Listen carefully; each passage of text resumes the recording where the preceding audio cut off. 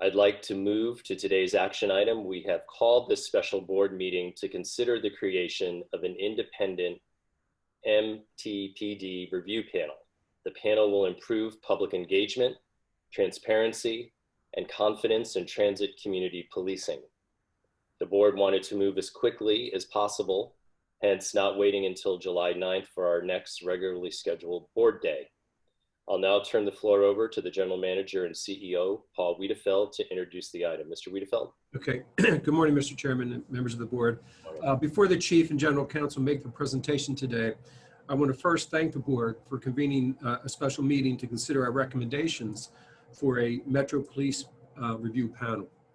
The establishment of a Metro Police review panel with public representatives is intended to improve trust in transit policing by providing an independent and impartial review of completed investigations.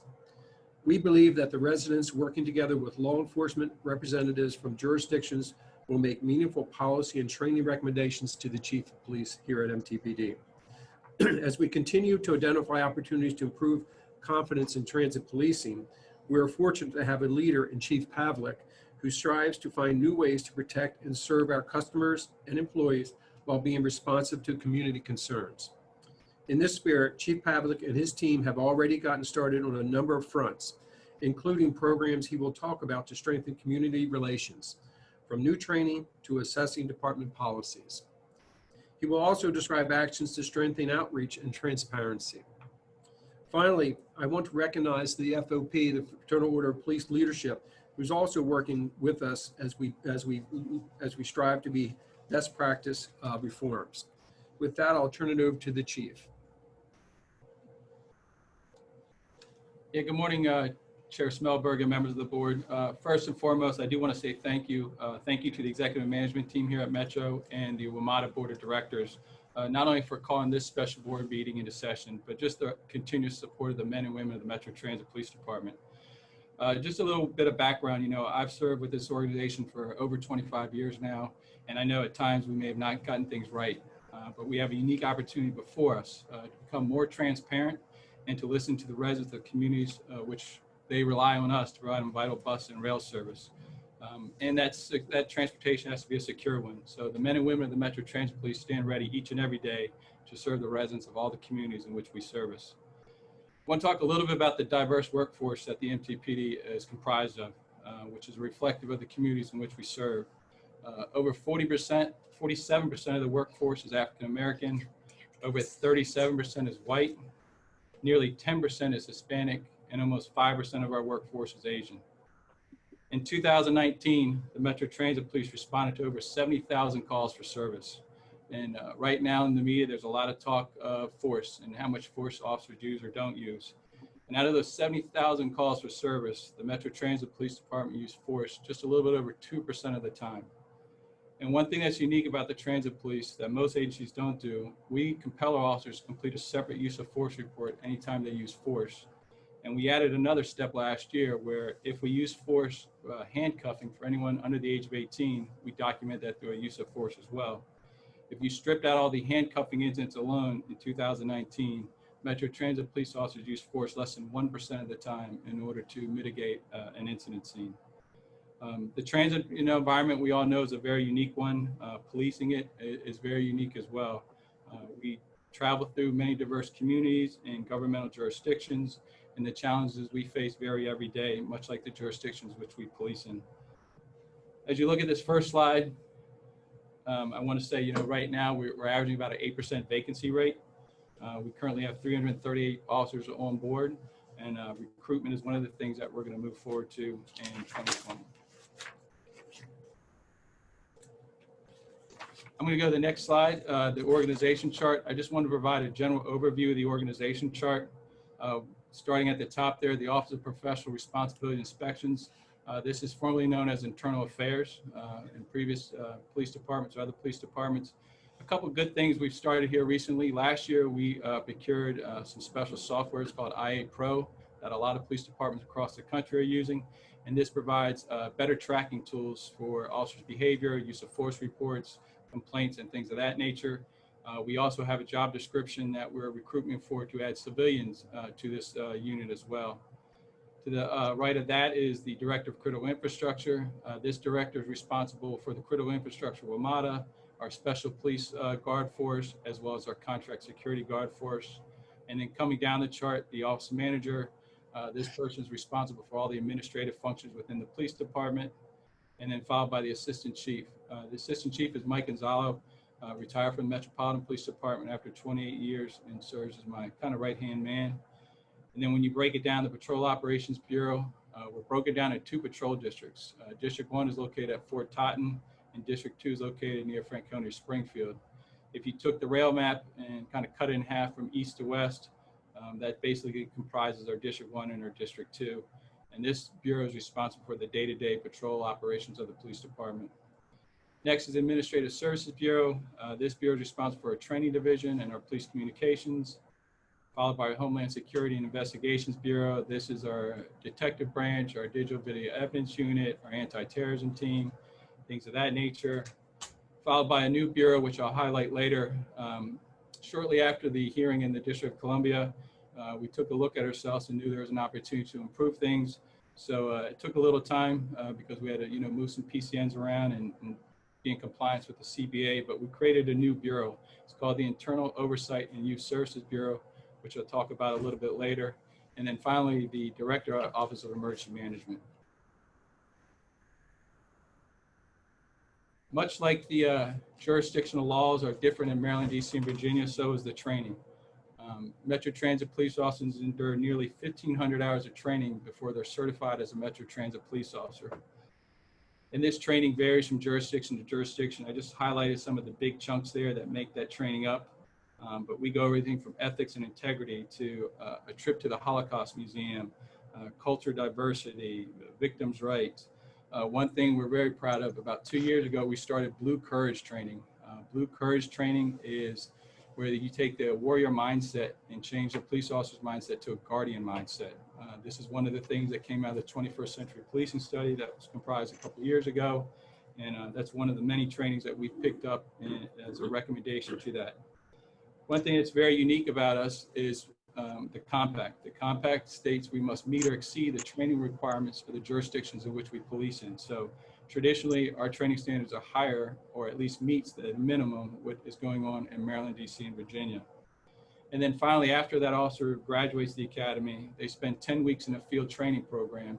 This 10-week training program is comprised of 2-week blocks with different officers each time, exposing them to different shifts, different sections, and things like that. And then once that 10 weeks is over, they're finally on their own. Next slide, I want to talk a little bit about MIR. So the Maryland Police and Correction Training Commission, they're the state mandates that the Maryland represents. The Department of Criminal Justice is Virginia, and then District of Columbia or DCMR. Each one of these training jurisdictions or have jurisdiction over us and dictate and delegate what we have to train on each and every year. Before we can even train, we have to get approval from one of these governing bodies. And each year they require mandated hours in certain topics. And some of those topics are listed below. The state of Maryland requires 18 hours and the Commonwealth of Virginia requires 20 hours. And this training fluctuates year to year. Last year in 2019, another initiative we took on our own was part of the 21st Century Policing was training called TACT, Tactics and Trust.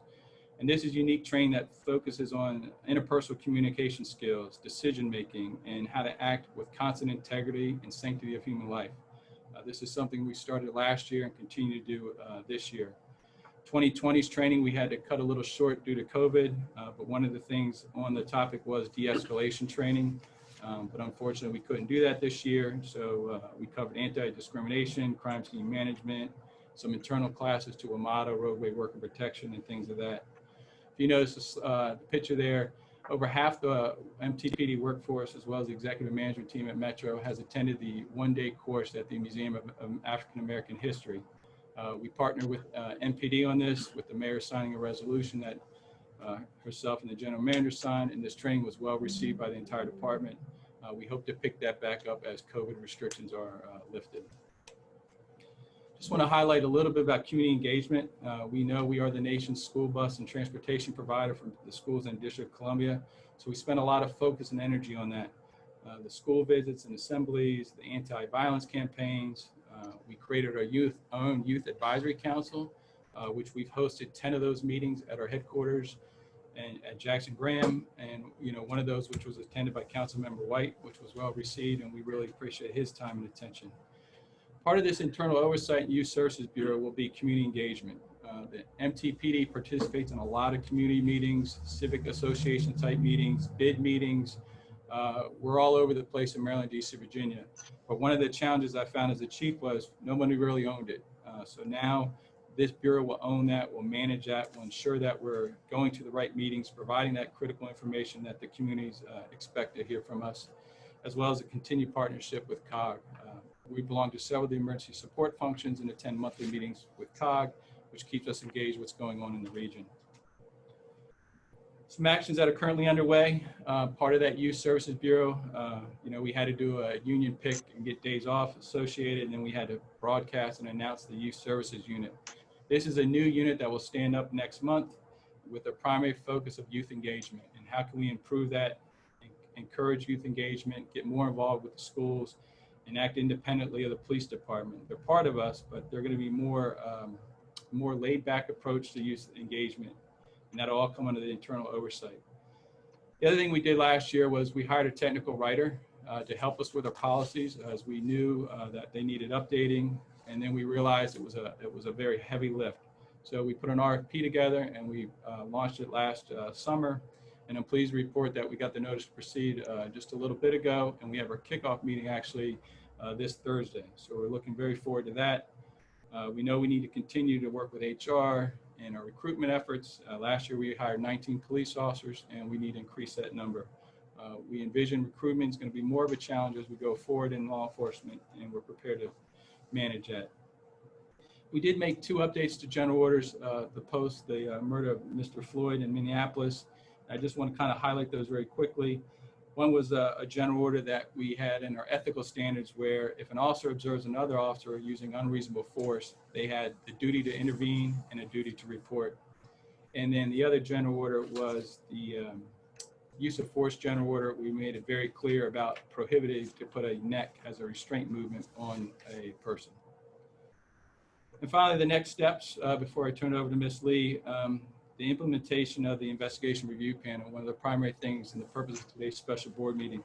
I know various council members are trying to, promote and do other things, and the civilian review board that MPD is on and DC Housing Authority uses, that may work for them, but transit is unique and it is different, and that's kind of why we developed this charter, because we know we're unique and we know we have different opportunities before us. And Patty's going to kind of highlight some of the civilian review panels that other jurisdictions do. Can't say enough about the third party that's coming on board. We're looking very forward to that. Looking to post policies online. As the general manager mentioned in his opening comments, work with the FOP. They shared some concerns and some ideas with us, and we're meeting with them as well. And then the last thing I just want to quickly highlight is we need an information officer. Can't say enough about Lynn and her team and Dan and his team. The way they do and what they do for this organization is incredible, to say the least. But we need an outreach officer. We need an information officer that's strictly for the police department. So we're in the process of writing a job description for that and hope to have that launched in the near future. And at this time, I'll just turn it over to Ms. Lee. Thank you, Chief Pavlik. Thank you. Good morning, Mr. Chairman and members of the board. The Metro Transit Police has a history of meaningful police reform and incorporates best practices in law enforcement. That said, we recognize the importance of the dialogue on policing and police reforms that's taking place around the country. We acknowledge the need to do more. Therefore, in addition to the other initiatives previously mentioned by Chief Pavlik, we are recommending the approval of a charter to establish the Metro Transit Police Investigations Review Panel. So in creating the framework for this panel, we surveyed all of the police departments in the transit zone, and 3 currently have civilian review panels. That's the District of Columbia, Fairfax County, and Prince George's County. Montgomery County has just passed legislation, and they are in the process of establishing what they're calling Policing Advisory Commission. The framework of the charter that we've developed for the Metro Transit Police is consistent with the 3 review panels in the transit zone. And what is sort of common or similar to the 3 of those, as well as the one we're proposing for Metro Transit Police, is those jurisdiction review panels review completed investigations. They have a number of members. It varies on the actual number, but many contain a majority of citizen or civilian members, and that the reports are recommendations to the chief of police and to the authority of that jurisdiction. And that is very consistent with the way the charter is established. The review, next slide, please. So the Metro Transit Police Investigation Review Panel will be comprised of 7 members, 3 members from police departments in the National Capital Region selected by the Metro Transit Police Chief of Police, and 4 citizen members from within the transit zone to be appointed by the WMATA Board of Directors.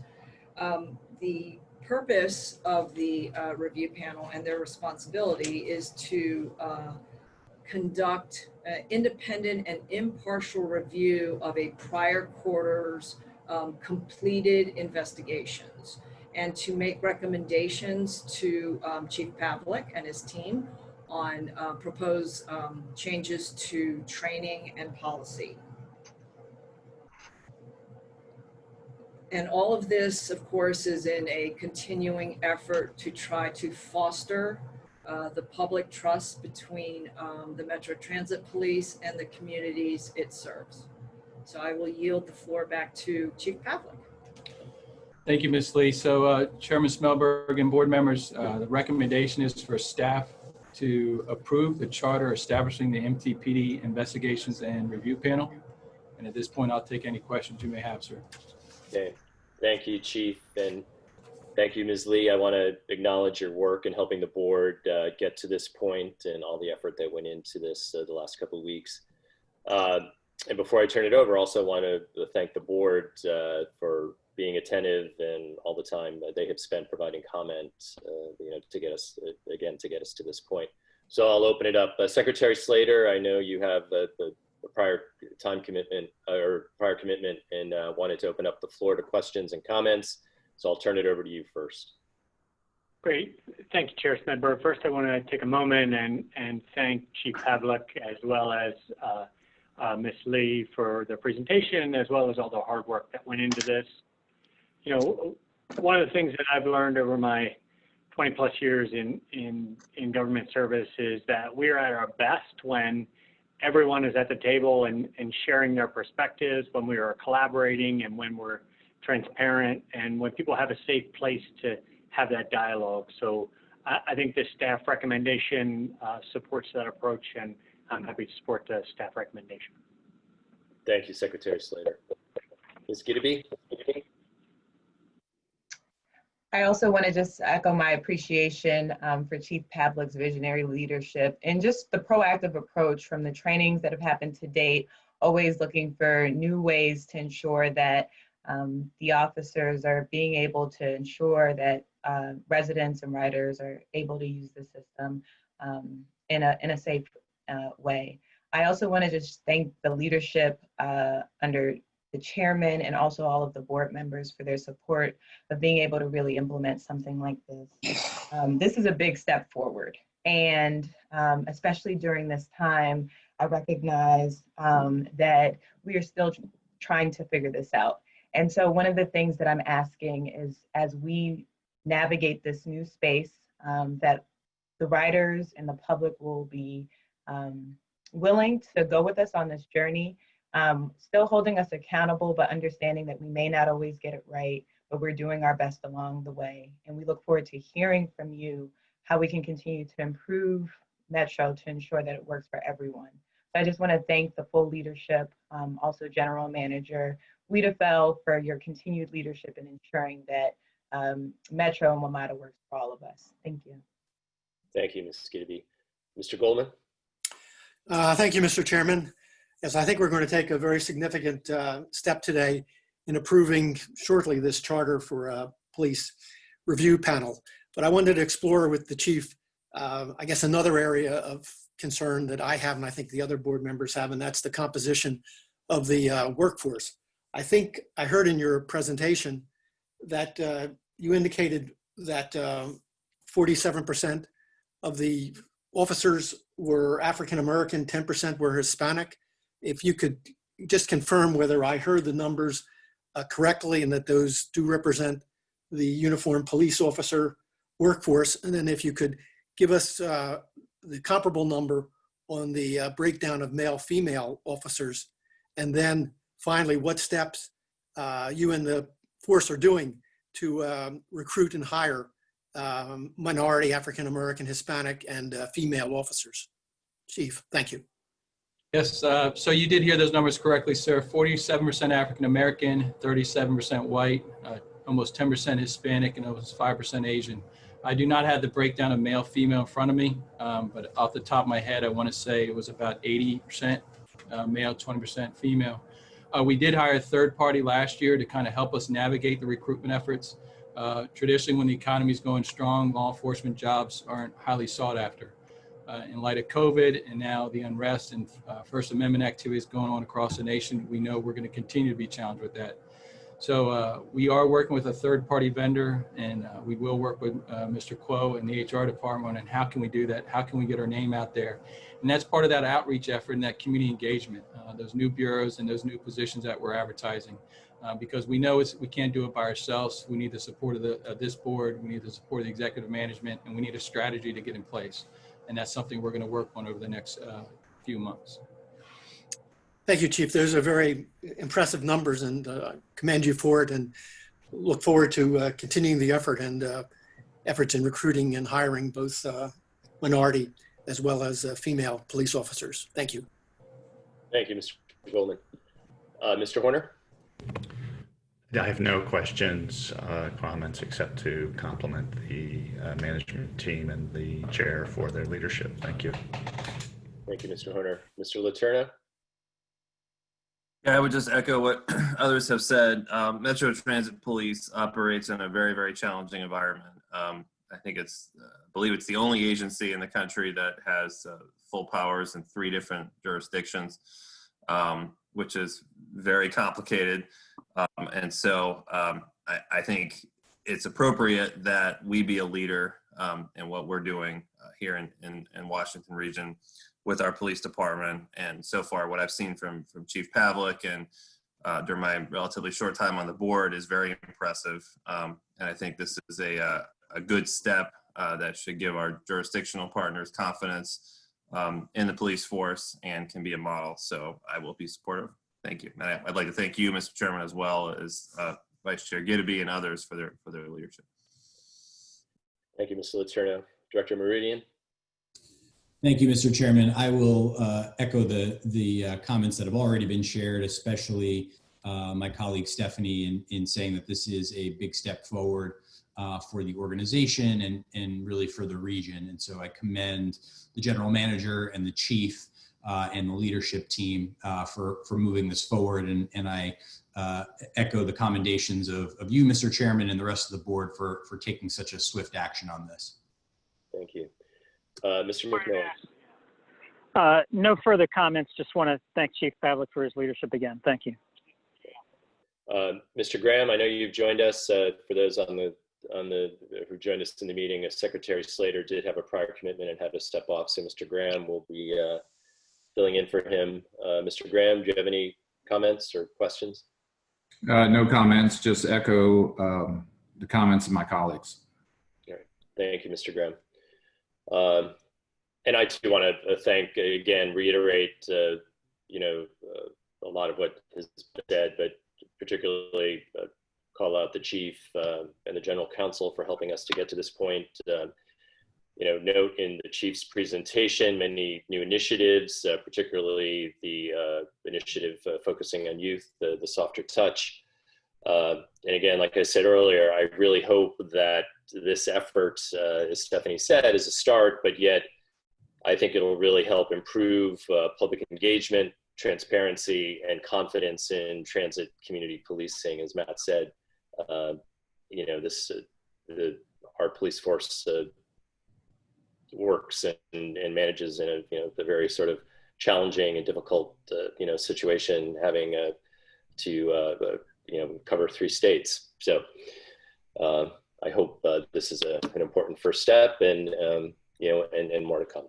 So with that, if there are no other final questions or comments, Ms. Ellison, I'll turn to you to call the roll. But prior to that, we have I'll move that we approve this item. Is there a second? Second. Seconded by Ms. Givity. All right, Ms. Ellison, please administer the vote. Chair Smedberg, Aye. Vice Chair Gideby, Aye. Vice Chair Goldman, Aye.